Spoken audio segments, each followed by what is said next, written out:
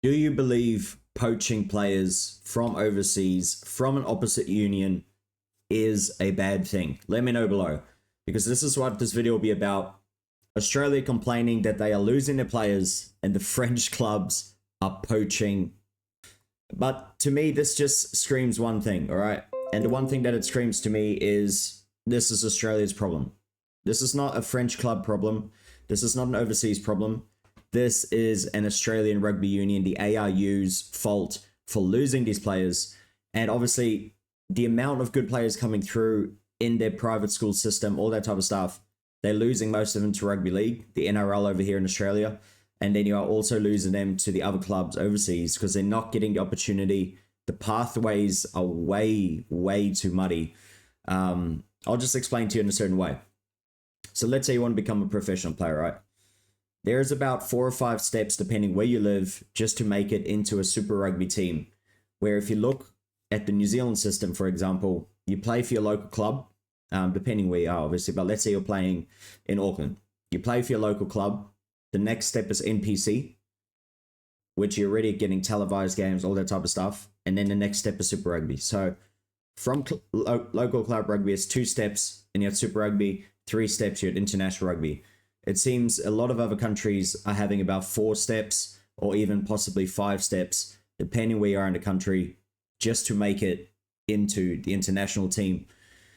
But anyway, that's my little run over. But let's have a look at the article here. This is from the Raw. The Raw, yeah, if you follow rugby news, all that type of stuff, the Raw can throw out some absolutely ridiculous articles all the time. They are very, depending who writes them, but they have some absolute idiotic takes at times. I think a lot of them, they need to put it down. You know, instead of trying to pretend that it's news, just say it's an opinion piece, because they put their opinions in every single piece.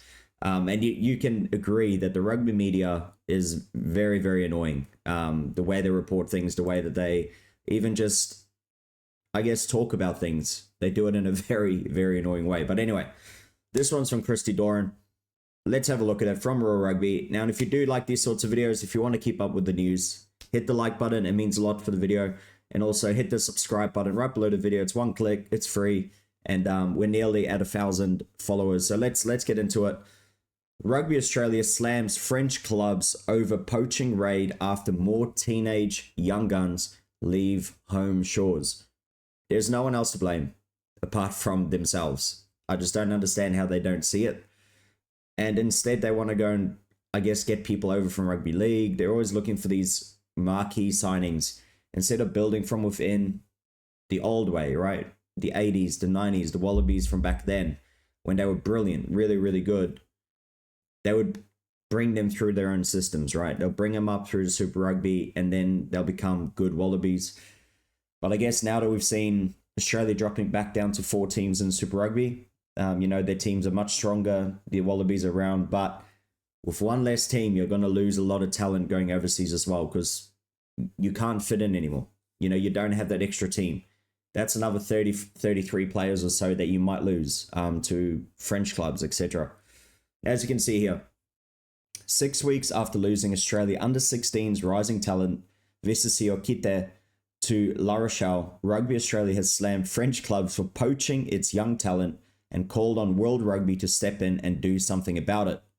As the governing body revealed full extent of its $36.8 million deficit at its annual general meeting, Rugby Australia chairman Daniel Herbert turned the focus on his counterparts in the north and said the practice of cashed-up clubs luring teenagers abroad needed to stop. No, unfortunately, rugby is now at that point where it's big enough. Players will follow the money, the opportunity. If you're not going to be able to give them the opportunity and the same amount of money, then unfortunately, you know, what choice is it of yours? At the end of the day, you're just losing all that time you put into him because you don't want to offer a little bit more money or a better deal, or contact, I guess, talk to him directly and say, you know, we really need you. Obviously, the same thing is happening in New Zealand. Obviously, the same thing happening in South Africa. But South Africa has obviously made that decision where we can pick players from overseas. Australia hasn't, and New Zealand hasn't either. I think Australia, you can pick about 2, something like that, from clubs from overseas. Obviously, if it's within their contracts as well. So obviously, with some of the players, they're starting to say, hey, you know, when it comes to those July kind of tests, those mid-season tests sort of thing, give me the time off, or the end of year autumn series, that sort of stuff.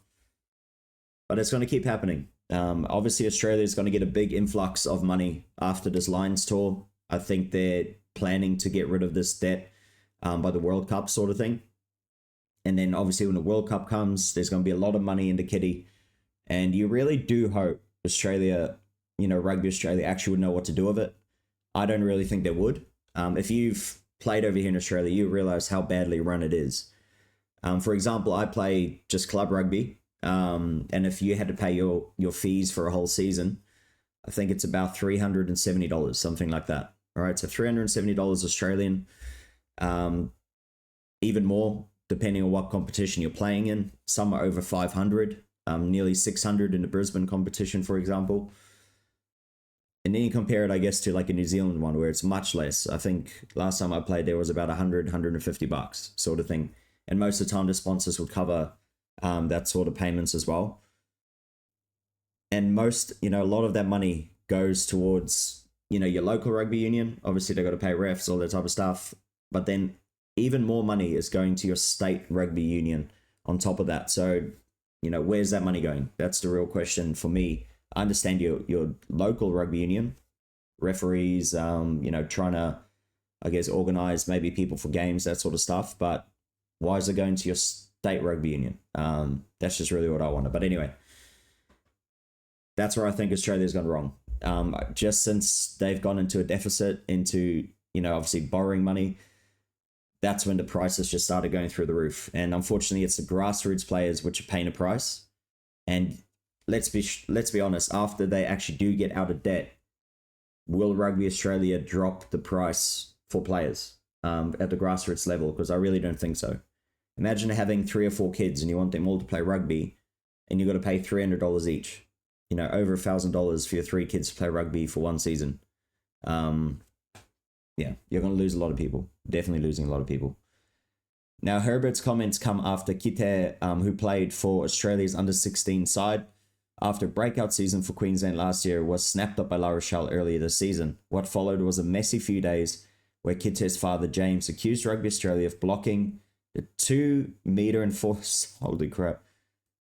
204 centimeter, 147 kgs move to the French club. And he's what did he say? 16. Holy crap. That's a big boy. While Rugby Australia eventually signed the necessary paperwork, the governing body insisted they were merely investigating the ethical nature of the move, given the teenager's youth, and asked World Rugby to investigate it under Regulation 4. An essential component of the protocol is prohibit... Oh my gosh, can't even talk. An essential component of the protocol is prohibition on the unauthorized approach to and or poaching of young players either within the union and or between unions. Maybe not. On Wednesday, Herbert said to say and called the practice to stop. There's more than what's been reported as well as we're aware of. It's something that we're talking to World Rugby about. Our view is that France has the ability to produce its own players. They don't need to come and talk to our player agents and try to poach ours at a very young age. There's going to be some discussion at World Rugby level around what is actually allowed to happen in that market. There has been a coming together and is allowed, and what isn't allowed. It's the French clubs. It's not the French Federation. They're working directly with player agents here. Yeah, they're obviously going to push the boundaries. They want the best players there. The clubs are owned there privately. They don't have one rugby union which they have to adhere to. The clubs are owned by people.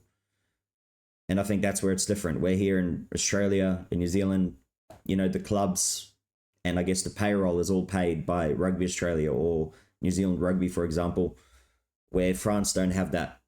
Obviously they have a very big club competition, couple levels as well.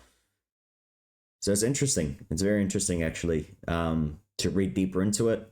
I still think at the end of the day, you got to have a good enough product in your home country where they grew up to keep your players that you need to keep.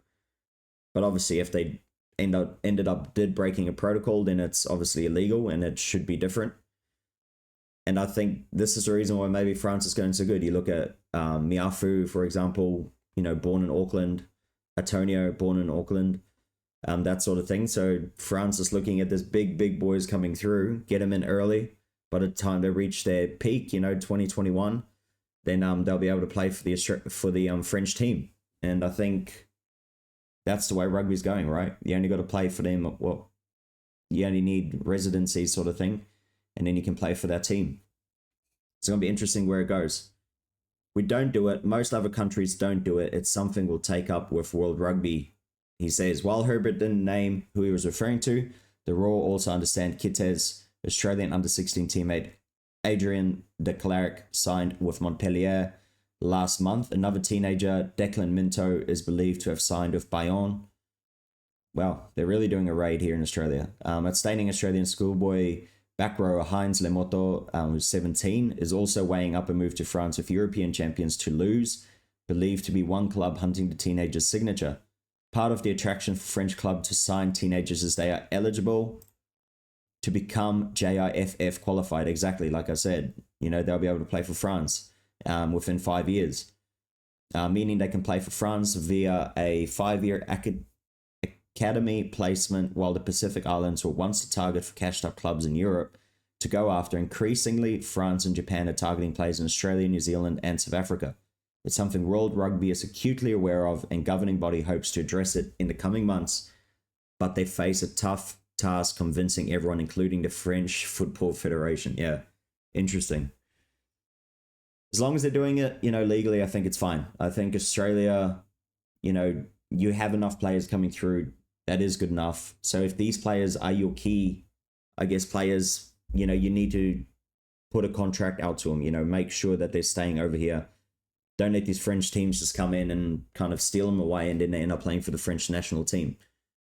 And then you'll see the Australian team is just stagnating. The French team is going better than ever. The Irish, the Scottish, all these countries are importing a lot of players from overseas, and they're doing the exact same thing that these French clubs are doing. So it's interesting. Kind of sad too for the French players, I guess. If you're a French teenager, French player coming through, a lot of players are being imported. A lot of them are going to get a chance before you. It's kind of like the Scottish team at the moment, right? But anyway, let me know what you think about it. Do you think it's Rugby Australia's fault for losing these players? Or do you think it's maybe more, nefarious games going on with these clubs trying to come and steal younger and younger players so they can play for their national team later on? I think it's a bit of both. As long as they're doing it legally, like I said, I think it should be fine. Because at the end of the day, it's their choice. One day they're going to have to look after their family, maybe, and they're going to have to pay for it. So if they get more money there, more opportunity, then why not? Compared to what Australia might be offering them as well. So I think it's up to the player. But when they're that young, nefarious things can happen. But I'll end it on that. Thank you for watching. Let me know in the comments below what you think. Hit that subscribe button. If you've already watched this long, you might as well. And I'll see you in the next video. Thank you for watching.